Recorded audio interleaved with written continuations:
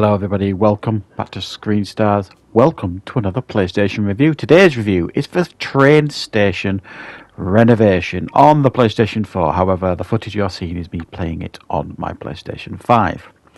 Now, Train Station Renovation, what do we get with this game? Well, it's kinda what it says on the tin, really. And for any of you out there who have seen my review or seen any of my footage on House Flipper, or you've played the game yourself, this game will feel immediately familiar to you. It's almost a carbon copy of House Flipper in many ways. Very, very similar concepts, except the only difference is, rather than flipping houses, you are renovating train stations. And you do this essentially by starting off at small train stations, renovating them to a certain level, and then once you unlock the next station you can move on to the next station. However, the challenge is trying to get 100% on each station, because the more stars you get, the bigger rewards you will get at the end of renovating that station. However, sometimes the basic tasks that you are given at some train stations may just essentially get you one star on some of them, and you finish that job, but it's up to you to stay if you want to, renovate the whole thing and get bigger rewards, which is really what you want to be doing, which is what the game's all about, really.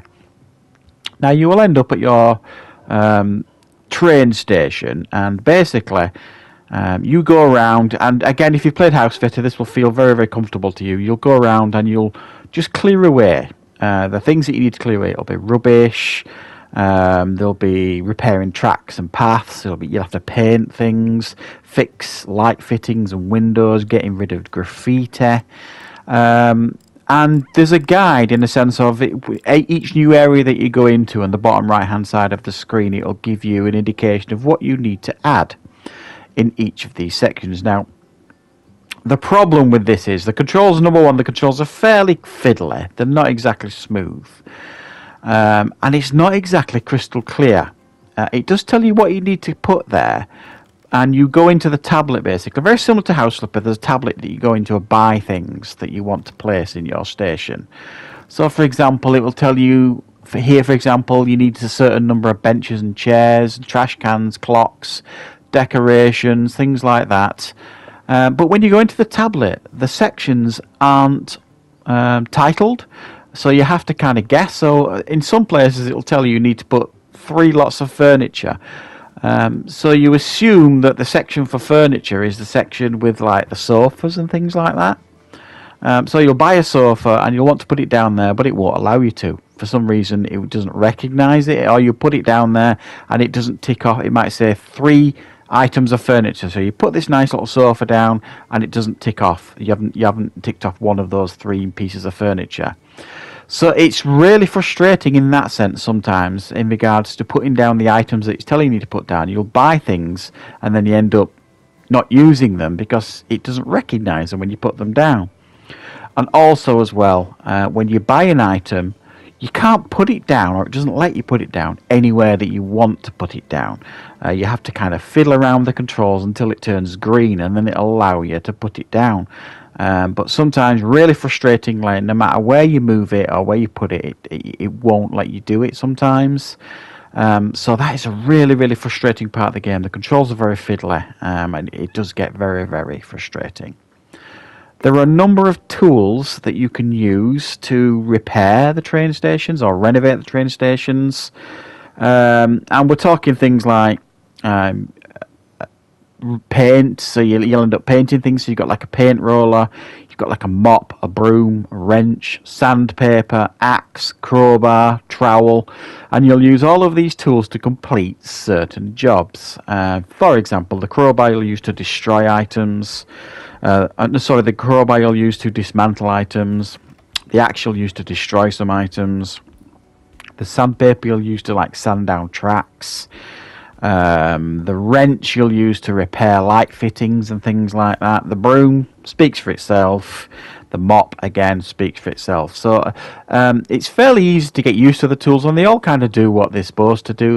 I don't really have much problem with how the tools use and how fiddly those controls are. They're not too bad at all, really.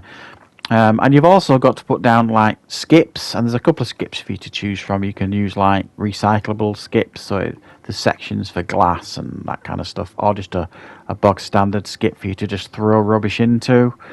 And then away you go. And those of you out there who like really relaxing games, like me, I'm endlessly searching for chill out games. This is another one to add to the list. It really is. Now, yes, it doesn't look great. It's very, very basic, and a lot of it does look very similar to House Flipper. So if you can tolerate House Flipper.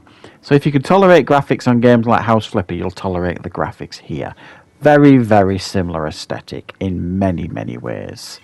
And then it's just a case of chilling out. There's no voices obviously in this game. There's like elevator music playing, soundtrack playing over.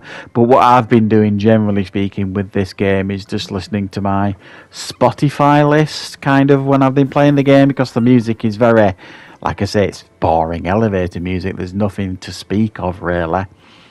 Now, the biggest problem, or one of the biggest problems with this game, is like train station renovation. And other than a little bit of painting of trains that goes on later levels, because the train stations get bigger and bigger as you go on, and more complex and take longer to complete as you go on. There's no train action here, so fans of trains out there, if you like, your train games, unfortunately you're not going to get much train action here, other than painting a few of them, sort of thing. This game desperately needed, I think, a nice relaxing train ride between stations. As you've renovated one, catching the train to the next station would have been a nice touch. That would have been nice, but unfortunately you can't do that. The closest you get to a train ride here is like a model back at the office that you can ride on and play on, sort of things, like a big train model back at the office.